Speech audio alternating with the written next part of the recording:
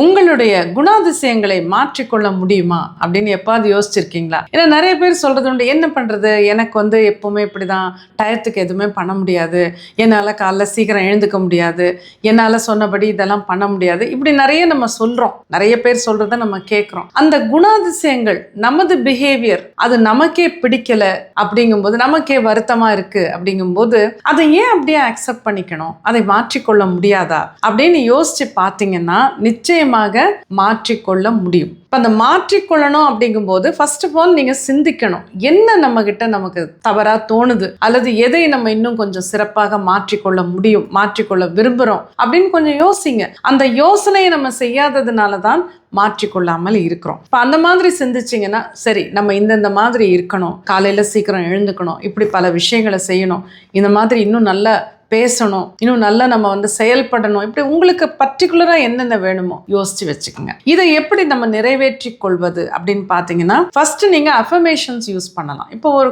அதிகாலை எழுந்து கொள்வதுன்னு வச்சாலும் கூட, நைட்டு படுக்கும் போதே, இரவு படுக்கும் போதே, நாளை காலை 5 மணிக்கு சுறுசுறுப்பாக எழுந்து கொள்கிறேன் அப்படின்னு ஒரு அஃபர்மேஷன், ஒரு வாக்கியத்தை மனதில் சொல்லிக்கொண்டு படுங்க. அப்போ அது அப்படியே உள்ள போயிடும். உள்ள போகும்போது 5 மணிக்கு நீங்க அலாரம் வச்சிருந்தாலும் அந்த அலாரம் அடிக்கிறதுக்கு முன்னாடியே உங்களுக்கு முழிப்பு வந்துடும். அந்த அளவுக்கு மைண்டை நம்மளால ப்ரோக்ராம் பண்ண முடியும். ஸோ அஃபர்மேஷன்ஸுங்கிறது அப்பப்போ நம்ம சொல்லிக்கக்கூடிய நல்வாக்கியங்கள், நமக்குள் சிறப்பான மாற்றங்களை உருவாக்கக்கூடிய நல்வாக்கியங்கள். இது ஒன்று. செகண்ட் விஷுவலைஸ் பண்ணுங்க. தியானத்தில் பண்ணால் ரொம்ப நல்லது, ரொம்ப எஃபெக்டிவாக இருக்கும். தியானம் தெரியலனாலும் கொஞ்சம் ரிலாக்ஸ் பண்ணிட்டு கண்ணை மூடிட்டு நீங்கள் எப்படி இருக்கணும்னு நினைக்கிறீங்களோ அந்த மாதிரி, அந்த குணாதிசயங்கள் மாறிட்ட மாதிரி ஒவ்வொன்றா விஷுவலைஸ் பண்ணி பாருங்க. 3வது பாயிண்ட், சேஞ்ச் ஆயிடுங்க. அவ்வளோதான், சாய்ஸே வச்சுக்காதீங்க. நமக்கு இது பிடிக்கலன்னா மாற்றிக்கணும்னா மாற்றிக்கிங்க.